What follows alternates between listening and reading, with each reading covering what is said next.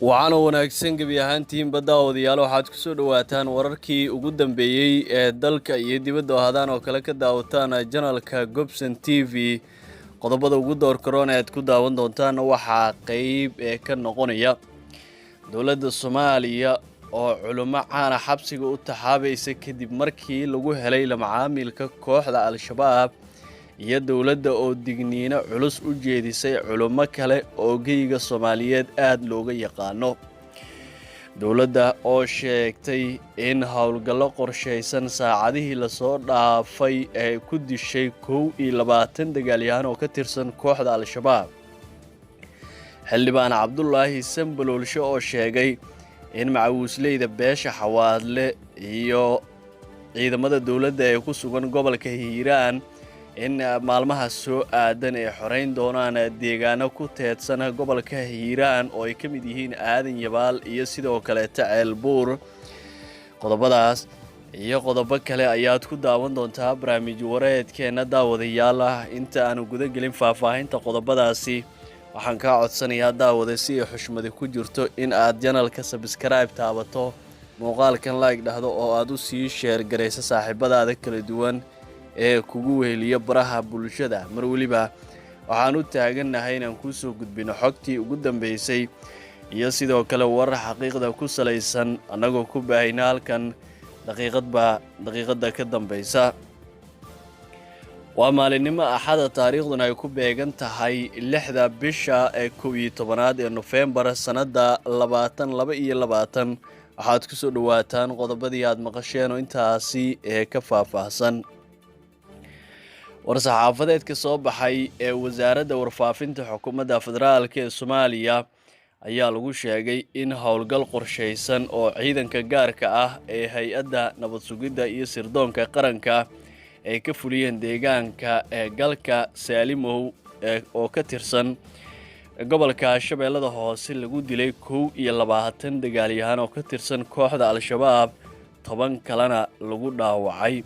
wasaaradda ayaa sheegtay in xubnaha ka tirsan kooxda Al-Shabaab ee la dilay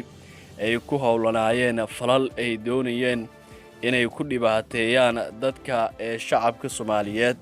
isla markaana howlgalka oo ahaa ee bartilmaameed uu u dhacay sidii loo qorsheeyay laguna burburiyay fariisimahoodii jabkan soo gaaray kooxda Al-Shabaab ayaa ka dhigan in 4 maalmood gudahooda ciidanka ee qaranka ay dileen ku dhawaad 200 oo ka tirsan kooxda Al-Shabaab dawladda ayaa waxay uga mahadcelinaysaa dhammaan dadka shacabka Soomaaliyeed ee fahmay muhiimadda in hal meel looga soo wada jeesto kooxda Al-Shabaab oo dadka iyo diinta duulaan ku ah ayaa lagu yiri war-saxaafadeedka ee ka soo baxay wasaaradda warfaafinta xukuumadda federaalka ee Soomaaliya dhanka kale tana wasaaradda awqaafta iyo arrimaha diinta ee xukuumadda federaalka ee Soomaaliya ayaa soo saartay qoraal ku socda culimada Soomaaliyeed kaasi oo looga mamnuucayo inay aadaan deegaanada ay maamulaan kooxda Al-Shabaab sidoo kalena ay la macaamilaan kooxdaasi qoraalka oo ka kooban hal bog ayaa lagu soo bandhigay qodob uu ku socdo culimada Soomaaliyeed iyada oo laga ambaqaadayo shirkii culimada Soomaaliyeed ee qabsoomay intii u dhaxaysay 24 ilaa 29 bishii Oktoobar waxaana ay kala yihiin 1 wasaaradda iyadoo adkeynaysa bayaankii shirkii 24 ilaa 29 Oktoobar ee sanadan 2022 waxay reebtay in kooxda Al-Shabaab ee ka dagaalanta Soomaaliya loogu yeero magac aan ahayn qawaarij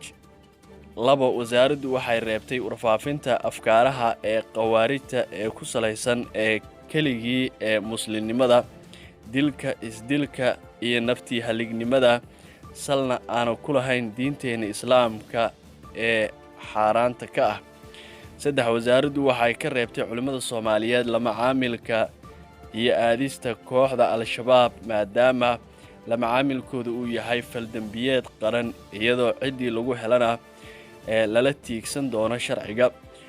afar wasaaraddu waxay bogaadinaysaa dadaalada ay culimada Soomaaliyeed ee ku bayaaninayaan jidka toosan oo ay diinteenna ee xaniifka ah inoo jidaysay.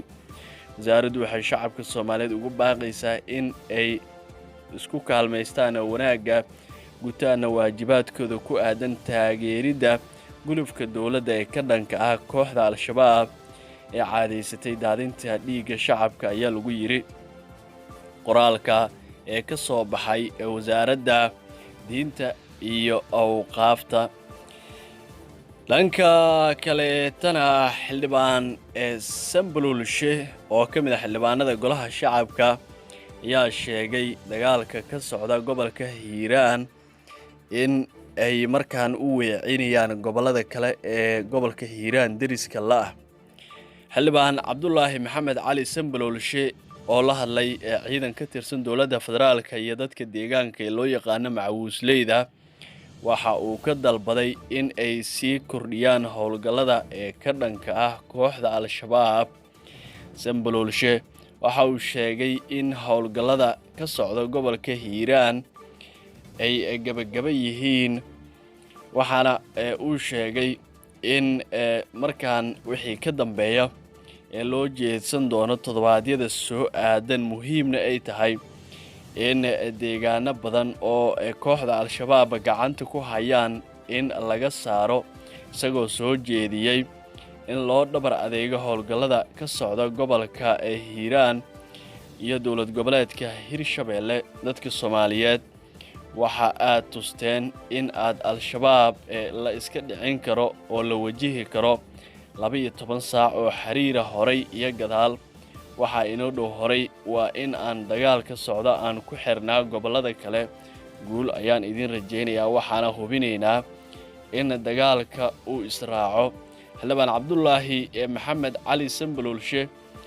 ayaa sheegay in dagaalkan uu yahay mid lagu qasbay dadka deegaanka kadib markii dhibaatooyin ay kala kulmeen kooxda Al-Shabaab sidaasi oo ay ku go'aansadeen inay hubka qaataan. waa sida uu hadalka u dhigay waan ku qasbannahay geerida laakiin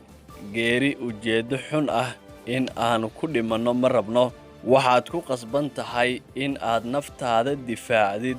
dagaalkan ma ahan mid aan dooranay ama aan dhinac uga leexan karno ayuu yiri xildhibaan Sambululshe. gobolka Hiiraan waxaa ka socda howlgallo ay wadaan ciidamada dawladda federaalka Soomaaliya oo garab weyn ka helaya dadka deegaanka ee loo yaqaan Macawisleyda. madaxda dawlad goboleedka Hirshabeelle xildhibaano wasiiro heer federaal iyo heer dawlad goboleed ah mas'uuliyiin ka tirsan maamulka gobolka Hiiraan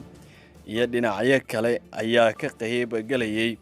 abaabulka xoogan dagaaladan ee ka soconaya gobolka Hiiraan ee lagula jiro kooxda Al-Shabaab. daawadayaal qodobkaasi ayaa u dambeeyay barnaamij wareedkeena. haddii aad nala soo gaartay qaybtan waxaa kaa codsanayaa inaad channelka subscribe taabato, muuqaalkan like dhahdo oo aad u sii share gareyso saaxiibadaada kala duwan ee kugu weheliya baraha bulshada.